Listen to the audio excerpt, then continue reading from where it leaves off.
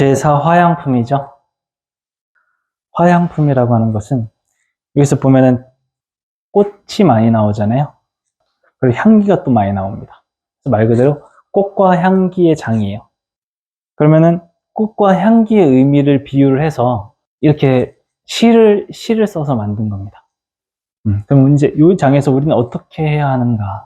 어떻게 해야 꽃이 되고 향기가 나는가? 이 얘기를 하겠죠. 그럼 보면 그 누가 능히 진실한 땅을 하여 지옥을 버리고 하늘을 취하며 그 누가 능히 벅부를 설하여 좋은 꽃을 가리는 것 같이 할까? 이건 무슨 얘기겠어요? 이거는 어떤 사람이 열심히 닦아서 꽃을 피는 것과 같이 할까? 이 얘기입니다. 45번 보면 진리를 배우는 이는 진실한 땅을 택한다고 했어요. 지옥을 버리고 하늘을 얻으며 진리의 본문을 법답게 설하여서 좋은 꽃을 가을 꺾는 것 같이 하느니라. 지혜의 눈을 가진 사람이에요. 지혜의 눈을 가진 사람. 어떤 분야에도 택하는 거, 선택하는 거, 현명한 선택 이런 것들이 정말 중요하죠. 어리석은 사람은 엉뚱한 것을 선택을 하고요. 진짜로 뭔가 이렇게 똑똑하고 지혜 있는 사람은 올바른 선택을 하죠. 그래서 어떻게 해요? 얻죠. 뭘 얻어요? 이득을 얻습니다. 그리고 두 번째, 이제 지옥을 버리고 하늘을 얻는다는 것은 뭡니까? 비유하자면 악을 버리고 선을 행한다. 또 비유하자면 탐진치 삼독 내 어떤 욕심과 화와 어리석음을 버리고 선행을 한다. 이 얘기입니다. 그렇게 하면 좋은 꽃을 가려서 꺾어간대요. 그 많은 그 풀떼기들 중에서 이쁜 꽃을 딱 지혜 있는 눈 발견해서 그것만 딱 가려서 꺾는다. 내가 올바른 선택을 한다 이 얘기입니다. 그리고 이 몸을 물거품 같다고 보고 모든 것은 아지랑이 같다고 보는 이는 악마의 꽃 피움을 꺾어버리고 생사의 경계를 벗어나니라. 무상함을 항상 얘기를 하죠. 불교에서. 무상함을 항상 얘기를 하는데 그것에 집착하지 않아야지만 생사의 경계를 벗어난다. 악마의 꽃 피움은 뭡니까? 우리가 이제 이렇게 집착하고 어리석은 마음을 가지면은 계속 이제 잘못된 선택을 하고 거기에 끄달려가지고 굉장히 괴로워하는 그런 것들이 있을 거예요. 그런 것을 아예 이제 꺾어버린대요. 그런 것들 이제 우리의 악마의 꽃은 이제 곧 저희의 괴로움의 씨앗이고 꽃이에요. 우리가 괴롭고 번뇌가 있는 것은 왜 그런가 봤더니 집착 때문에 그래요. 그럼 집착은 어디서 오는가 봤더니 내가 옳다고 생각하고 내가 저게 영원할 거라고 생각하고 무조건적으로 절대 조건으로 내가 무조건 그거를 얻어야만 하고 내 것이 아닌 내 것처럼 생각을 하고 이런 거예요. 다른 선택지는 없어요. 그냥 무조건이에요. 그러니까 거기에 얽매여서 거기에 이제 살다 보니까 그런 마음은 어때요? 그런 마음은 무의심을 낼 수가 없죠. 자꾸 걸리죠. 평안하지 않죠. 그러면은 악마의 어떤 꽃이 피어나서 그게 나한테 해가 된다 이 얘기입니다. 그리고 다음 47번. 아름다운 꽃을 따 모으기에 마음이 깊이 빠진 사람은 잠든 말에 홍수가 휩쓸듯 죽음의 견에서 끌려가느니라. 욕심과 집착이에요. 이것도 마찬가지로. 꽃은 두 가지 성질을 가지고 있죠. 오늘 지금 배우고 있는 이 화양품에서 첫 번째가 내가 열심히 닦고 닦아서 내 선행을 해서 빛이 나도록 피게 하는 거예요. 근데 자칫 잘못하면 너무 이쁜 꽃을 계속해서 꺾어서 그 꽃이 영원하게 시들지 않도록 하기 위한 어떤 집착과 이기심과 욕심을 내서 그런 마음을 가진 사람이죠. 꽃은 꽃대로 봐야 된다. 꽃을 꺾어버리는 순간 그거는 내 것이 아니고 어떤 이제 바로 하루도 안 돼서 시들어버리는 현상이 있죠. 자연 있는 그대로 봐야 되고 우리가 내가 저것을 있는 그대로 수용해야 되고 그 순간을 그냥 그렇게 즐겨야 되는데 저걸 가지고선 완전히 내 것으로 만들어버린다. 모든 대상도 마찬가지죠. 어떤 대상뿐만이 아니라 그게 유형적인 것이든 무형적인 것이든 아니면 물질적인 것이든 사람적인 것이든 있는 그대로 놓아주고 있는 그대로 수용하고 있는 그대로 내가 받아들이고 하는 것이 무의적인 마음인데 그렇게 해야 진정하게 그 사람을 위해서 생각할 수 있고 그 사람을 위해서 기뻐할 수 있는 건데 그것이 아니라 내 기준으로서 내가 하고 싶은 대로 내가 변하게 하고 싶은 대로 이런 식으로 내가 불편하니까 내가 편하고 싶은 대로 한다면 모든 대상과 모든 사람으로 인해서 내가 어떻게 돼요? 집착을 하고 거기에 빠진다 이겁니다. 그다음에 48번 아름다운 꽃을 따모으기에 마음 깊이 빠진 사람은 똑같은 거예요. 그 욕심 채우기도 전에 몸은 어느새 시들고 마느니라. 욕심을 채우기도 전에 그게 계속 시든다는 얘기가 뭐냐? 인간의 욕심이 끝이 없다는 거예요. 다 경험해 보셨을 겁니다. 10평짜리 집을 사서 행복했지만 15평, 20평, 35평, 40평으로 넘어가고 싶고, 그리고 오늘은 꼭 백화점 가서 모자만 사야지 했는데 갑자기 모자 아래 좀 모자랑 잘 어울리는 코디가 잘 되어 있는 어떤 이제 난방이 잘 보여. 그럼 그 난방까지만 여기까지만 사자. 어차피 코디가 잘 되어 있으니까. 그랬는데 분명히 모자만 사자고 했는데 결국에는 가방까지 모든 세트를 다 맞춰가지고 신발도 보이고 바지도 보이고 어느 순간에 막 생각의 길이 열려서 다 보인다는 거예요. 욕심의 끝은 그렇게 끝도 없다는 겁니다. 근데 딱 거기서 끊어버리면 사실 내가 원했던 것만, 내가 딱 만족할 수 있는 수준만 딱 사올 수 있는 거예요. 그런 것처럼 이 욕심 채우기도 전에 언젠간 죽는다 이 얘기를 하는 거예요.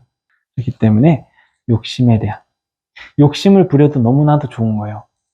욕심이 없는 사람들은 이루는 성취감이나 뭔가 이렇게 동기부여라든지 이런 것들이 좀 없습니다. 근데 그 욕심에 집착을 하는 사람들은 조금 이제 어렵다 이겁니다.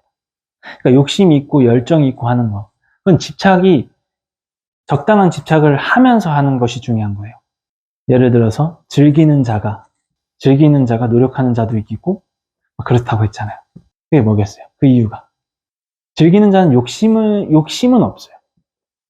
욕심이 빠져 있어요. 즐긴다는 것 자체가 행복하고 즐기는 것 그 자체예요. 그럼 내가 욕심을 가지고 욕심을 내고 하는데 집착이 들어가 있으면은 어떤 현상이 벌어지냐면 그걸 내가 무조건 성취해야 된다 이런 얘기가 하는 거예요. 내가 저걸 무조건 가져야 돼. 내가 이 길이 아니면 무조건 안 돼. 내가 저걸 가지고선 무조건 성공해야 돼. 그렇게 되는 순간 거기에 얽매여서 그것은 괴로움의 번뇌의 씨앗이라는 거죠. 근데 그런 마음이 아니고 꼭 집착을 하지 않고 그것을 가지고 내가 즐기고 그렇게도 될 수 있고 저렇게도 될 수 있구나. 내가 지금 있는 상태에서 내가 즐거우면 되고 내가 지금 할 수 있는 데까지 하고 내가 그것을 취한다. 내가 현재 있는 데서 내가 현재를 살아간다. 나는 나로서 할 수 있는 데까지 최선을 다하고 그런 마음. 근데 그 결과에 너무나도 집착하고 너무나도 괴로워하고 하는 것은 무조건적인 이제 그렇게 해야 된다. 그게 상대방한테도 그런 요구가 되죠. 내가 강요하게 되는 거예요. 그거는 내가 자식들한테 강요를 하는 거예요. 내가 자식들한테 내 생각을 강요를 하는 거죠. 너 무조건 서울대 가. 그렇지 않으면 나 엄마 죽어. 이런 것이 과연 올바른 어떤 이제 결과를 낳을 수 있을까? 정서적으로. 나는 이래 해서 욕심은 조금 어디 갔으면 좋겠어. 그렇지만 너의 뜻은 또 다를 수 있고 너의 길은 어떻게 네가 하고 싶은 건 다를 수 있으니 곰곰이 생각해보고 다양한 선택지에서 너가 갈 수 있는 길을 찾아라 라고 이렇게 하는 거와 너무나 다르죠? 49번이요. 마치 벌이 꽃에 꿀을 모을 때 그 꽃의 빛과 향기는 그대로 두고 다만 그 맛만 취하는 것처럼 인자가 말이 될 때도 그러해야 하느라. 꽃에 꿀을 모을 때 이제 꽃의 빛과 향기는 그대로 두고 꿀만 가져가죠. 꿀벌들이. 우리도 그렇게 해야 된대요. 이게 무슨 뜻이냐. 그 상황 그 환경 속에서 긍정적인 걸 배우는 거지. 내가 어떤 즐거운 상황이 있든 나쁜 상황이 있든 여러 가지 상황들이 있잖아요. 그런 상황 속에서 안 좋으면 안 좋은 대로 긍정의 어떤 향기를 빼오는 거예요. 내가 전화위복 해야겠다. 내가 여기서 어떻게 해야겠다. 내가 여기서 비가 오니까 오늘은 농사를 지어야겠다. 비가 오니까 오늘은 안에서 내가 할 일을 해야겠다. 비가 와서 기분 나쁜 게 아니라 눈이 오니까 눈이 오는 흰 세상을 보러 나가야겠다. 너무 더우니까 시원한 수영장을 가서 수영해야겠다. 이런 상황 속에서 아무 마음의 걸림이 없이 그 상황에서 유연하게 지혜롭게 이제 그 행동들을 하는 겁니다. 그게 꿀을 모으는 거죠. 긍정을 배우는 것입니다. 장점만을 내가 얻어가는. 사람과는 관계에서 똑같습니다. 배울 점이 없는 사람은 없어요. 남들이 다 욕하지만 그 사람한테서 내가 뭔가 좋은 점을 찾아올 수가 있어요. 그건 내가 생각하기 나름인 거예요. 그래서 내가 나쁜 사람과 같이 있고 좋지 않은 사람과 같이 있다고 하더라도 그 사람의 좋은 점을 배우는 게 그게 꿀을 따먹는 겁니다. 어떤 친구든 다 배울 게 있다. 그래서 그러한 것들을 차곡차곡 모아가는 것이 지혜로운 사람이고 그런 것이 배우는 자세고 그게 수용성이고 근데 어떤 사람은 좋을 점이 있는 사람조차도 그냥 벽을 쳐요, 그냥. 그 사람이 알려주고 좋은 정보를 알려주는데도 불구하고 의심하고 그냥 이제 벽치고. 그냥 내가, 그 말을 맞긴 하지만, 뭔가 맞는 것 같지만, 그냥 좀 기분 나빠. 저 사람이 잘 되는 게 또 내가 기분 나빠요. 저 사람이 옳은 말 하는 게 또 내가 기분이 나빠요. 만약에 그런 감정이 좀 있다면 스스로한테 조금 이제 참여를 해야 됩니다. 되돌아볼 줄 알아야 돼요. 부정적인 사람 속에서 꿀은 못 빼먹더라도 좋은 사람들 곁에 있을 때는 최소한 그 사람들 존중해주고 이해해주고 배울 건 배우고 하는 것이 그런 수용성의 자세가 그 성공의 이제 출발점이죠. 그 다음에 50번 남의 잘못을 보려하지 말고 한 일과 하지 못한 일을 살피지 말라. 항상 자기 자신을 돌아보면서 옳고 그름 살펴하느니라. 이것은 이제 그 자기의 어떤 이제 지족하는 마음에 좀 딸려 있어요. 만족하는 마음에 딸려 있어요. 행복은 어디서 오죠? 행복은 뭐 다양하게 오죠. 다양하게 오지만 그 중에서 어디에서 와요? 감사하는 마음과 만족하는 마음에서 온단 말이에요. 그 말이에요. 남의 잘못을 보려 하는 것은 내가 만족하지 못하기 때문이에요. 내가 감사하지 못하기 때문에. 한 일과 하지 못한 일을 살피지 않는 것도 나를 돌아보지 못하기 때문에 그래요. 자꾸 나한테서 못 찾고선 자꾸 외부 환경에 찾는단 말이에요. 내가 좀 잘못했지. 이렇게 생각해야 되는데 나만 이해 바라고 오로지 나만 사랑해 주길 바라고 그냥 남 탓만 하는 거예요. 그냥 바로 그냥 너 때문에 그래 이렇게 돼버리는 겁니다. 그럼 어떻게 돼요? 계속 남 탓만 하는 거예요. 그런 사람들 주변에 많습니다. 뭐 어떻게 상황이 딱 되면 바로 자기의 그거보다는 자기는 딱 자기 방어를 딱 하고 남을 먼저 탓하는 사람들이 있어요. 그리고 한 일과 하지 못한 일을 살피지 말라고 하는 얘기는 뭐예요? 내가 너무 못하고 있는 거, 내가 가지고 있지 않는 거에만 자꾸 비교를 하게 되는 거예요, 남들과. 내가 뭔가 꼭 해야 되는데 하지 않고 있는 것처럼 강박증을 가지는 거예요. 남들이 저걸 하니까 나도 꼭 해야 될 것 같고, 남이 저걸 가지고 있으니까 나도 꼭 저걸 가져야 될 것 같고, 이런 겁니다. 남들이 가질 수 있는 시기에 그 사람은, 남이 그걸 가지고 있는 거는 그 사람의 그 타이밍이 그게 맞아서 그런 거예요.